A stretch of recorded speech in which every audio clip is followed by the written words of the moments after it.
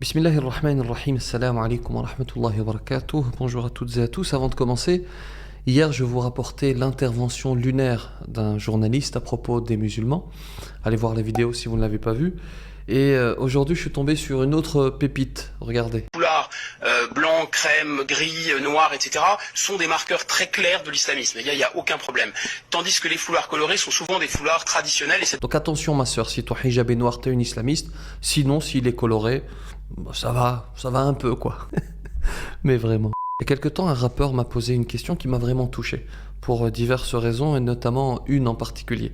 Alors, quelqu'un de très très connu, bien sûr, je ne vais pas dévoiler son identité, et lorsque je suis questionné, tout cela est frappé du sceau de la confidentialité, bien sûr.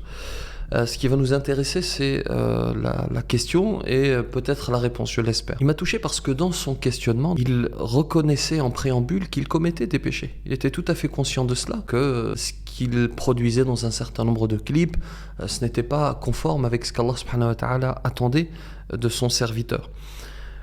Et bien sûr, je ne l'ai pas condamné définitivement, c'est mon frère, il est venu demander conseil, je lui ai donné ce conseil. Il m'expliquait un certain nombre d'épreuves qu'il avait vécues, et il arrivait à la question suivante: pourquoi est-ce qu'Allah subhanahu wa ta'ala ne m'aime pas? Pourquoi est-ce qu'il me fait vivre autant d'épreuves? Alors nous, imams, lorsque nous recevons cette question, nous avons tendance à répondre, et c'est une bonne réponse, à dire Allah t'éprouve parce qu'il t'aime. C'est une bonne réponse, mais elle est partielle, elle n'est pas complète. Il manque toute une partie, tout un pan de la réponse. Je lui ai répondu ce qui va suivre en espérant qu'Allah subhanahu wa ta'ala lui facilite et qu'il nous accorde à toutes et tous un repentir sincère. Je lui ai rapporté la parole d'Ibn Ata'illah al-Sakandari, dans laquelle il dit ceci, je vais la traduire juste après en français bien sûr. Il dit: ربما وردت عليك الأنوار فوجدت القلب محشوا بصور الآثار فارتحلت من حيث نزلت.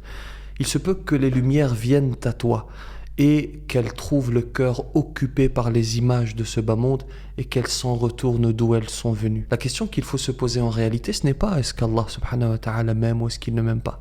La véritable question, c'est est-ce que nous sommes prêts à accueillir l'amour d'Allah subhanahu wa ta'ala. Parce que certes, celui qui vit sans l'amour d'Allah, celui qui n'est pas sur le chemin vers Allah, ne pourra pas vivre agréablement. Tu auras beau posséder tout ce qu'il y a sur cette terre, tu auras beau être le plus riche, être le plus célèbre, si tu n'as pas l'amour d'Allah dans le cœur, tu ne pourras pas vivre agréablement. Allah dit dans le Coran: regardez ce que dit Ibn Ata'illah al-Sakandari. Il dit: le cœur est déjà occupé, la lumière d'Allah arrive jusqu'au contour du cœur, mais elle trouve le cœur occupé par autre chose. Le cœur est peut-être souillé par les péchés que l'on commet. Et donc, cette lumière d'Allah arrive bel et bien, mais elle repart. Le cœur qui est souillé, qui est déjà empli par ce bas monde, ne peut pas accueillir la lumière d'Allah subhanahu wa ta'ala. On fait souvent un parallèle lorsque l'on cite cette parole de Ibn Ata'illah. On fait le parallèle avec la vitre qui est sale, qui est opaque. Si elle est sale, si elle est opaque, elle ne laisse pas passer les rayons du soleil. C'est la même chose avec le cœur. Il dit subhanahu wa ta'ala dans le Coran: زُيِّنَ لِلنَّاسِ حُبُّ الشَّهَوَاتِ مِنَ النِّسَاءِ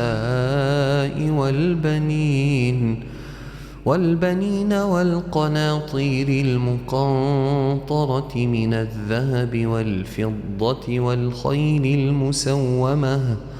والخيل المسومة والأنعام والحرث ذلك متاع الحياة الدنيا والله عنده حسن المآب. Allah subhanahu wa ta'ala veut t'accorder son amour, un amour encore plus grand que celui de ta propre mère, mais toi tu n'es pas prêt à accueillir cet amour. Alors j'aimerais tout de même faire une précision que j'ai faite aux frères.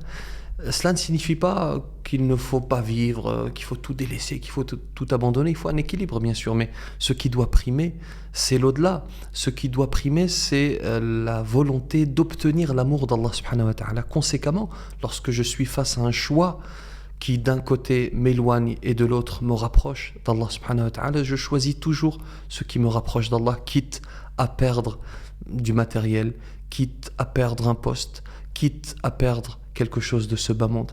Alors nettoyons nos cœurs, faisons en sorte qu'ils soient prêts pour accueillir l'amour d'Allah subhanahu wa ta'ala. Nettoyons-les, ces cœurs, par la prière, purifions-les par les adorations pour les préparer à accueillir l'amour d'Allah subhanahu wa ta'ala. Je le rappelle, je n'ai pas condamné ce rappeur définitivement.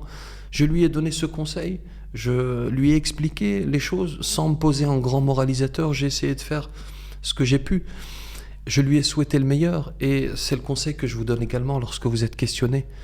Il ne faut pas se poser en grand pieux qui va expliquer les choses. Transmettez ce qui vous a été transmis fidèlement.